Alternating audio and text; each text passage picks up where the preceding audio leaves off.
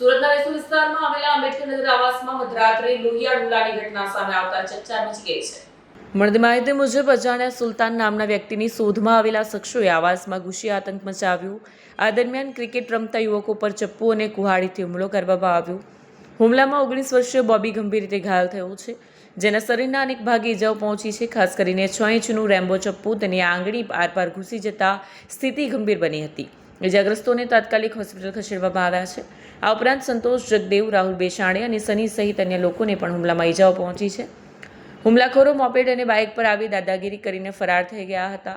અંશ, પંકજ અને આસુ સહિતના આરોપીઓને નામ સામે આવ્યા છે. ઘટના બાદ મોટી સંખ્યામાં લોકો વેસુ પોલીસ સ્ટેશન ખાતે ઉમટ્યા અને આરોપીઓને ઝડપવાની માંગ ઉઠાવી હતી.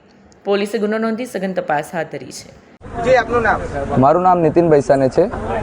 જી, નીતિનભાઈ, આપણે શું ઘટના બની હતી આજરોજ એવી ઘટના બની હતી, અમારા છોકરાઓ જમી ખાઈને નીચે બેઠા હતા અને બહારના કંઈ અસામાજિક તત્વો આવ્યા હતા.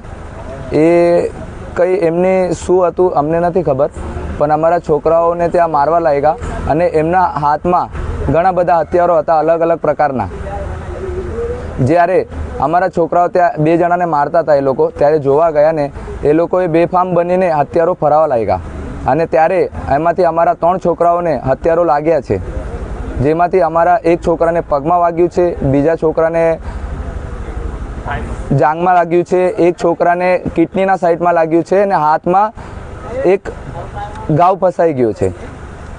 તેથી અમે પોલીસ સ્ટેશને આવ્યા, પેલા 3 છોકરાઓને હોસ્પિટલ મૂક્યા છે અને અત્યારે અમે બધા પોલીસ સ્ટેશન વેસુ પોલીસ સ્ટેશને આવ્યા છે અને અહીંયા અમે ફરિયાદ લખાવીએ છીએ. સાહેબ અમારી ફરિયાદ લખે છે અને તપાસ કરે છે. જી, આ ઘટના કયા વિસ્તારની છે? આ વેસુ વિસ્તારની ઘટના છે.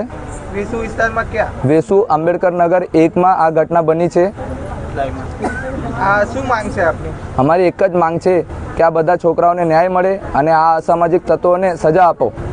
કેટલા સમયથી આ સમસ્યાનો? આ 4 વર્ષથી આ સમસ્યા ચાલી રહી છે. ઓલરેડી આગળ પણ આ સમસ્યા બની ગઈ છે અને આ વખતે અમારું તો કોઈ જતું નહીં, તો પણ આવીને આ લોકોએ બેફામ હથિયારો ફરાવીને ચાલ્યા ગયા છે. Bureau report, Satya TV news, Surat.